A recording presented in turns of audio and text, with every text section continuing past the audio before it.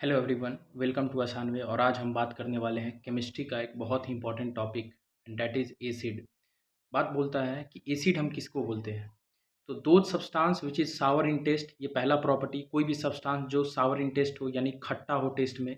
दूसरा, जो blue litmus को रेड में कन्वर्ट कर दे, that turns blue litmus into red. Third property बोलता है कि कंडक्ट इलेक्ट्रिसिटी, जो इलेक्ट्रिसिटी को अपने से पास होने दे या फिर इलेक्ट्रिसिटी पास करे। फोर्थ होता है कि जिसके पास रिप्लेसेबल हाइड्रोजन हो, और इसी को हम लोग कुछ इस तरह से इसको बोलते हैं कि जिसके पास H प्लस आयंस हो।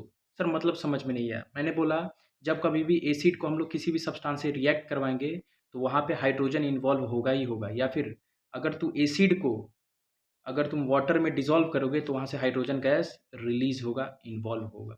तो आप कौन-कौन सा प्रॉपर्टी बोले? तो मैंने बोला कि सावर इन टेस्ट हो, दूसरा ब्लू लिटमस को कन्वर्ट कर दे रेड में, ब्लू लिटमस को कन्वर्ट कर दे रेड में। थर्ड बोलता है इलेक्ट्रिसिटी कंडक्ट करे, कंडक्ट इलेक्ट्रिसिटी। फोर्थ बात बोला क्या कि that have H plus ions. और फिफ्थ बात बोलता है जिसका पीएच वैल्यू लेस देन 7 हो। इसमें कुछ टर्म्स छोटा-छोटा आया कि सर लिटमस पेपर क्या होता है? मैंने बोला कि लिटमस पेपर वो होता है, एक केमिकल सब्सटेंस होता है। अगर उसको एसिड और बेसिक सॉल्यूशन में डालेंगे तो अपना कलर चेंज करता है।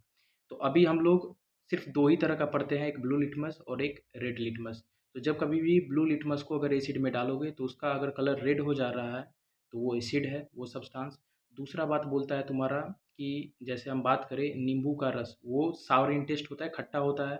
अगर उसको पानी में डिज़ोल्व करेंगे, पानी में अगर गाड़ देते हैं तो वो इलेक्ट्रिसिटी कंडक्ट करेगा, यानी उससे इलेक्ट्रिसिटी पास हो सकता है। समझ में आ रहा है?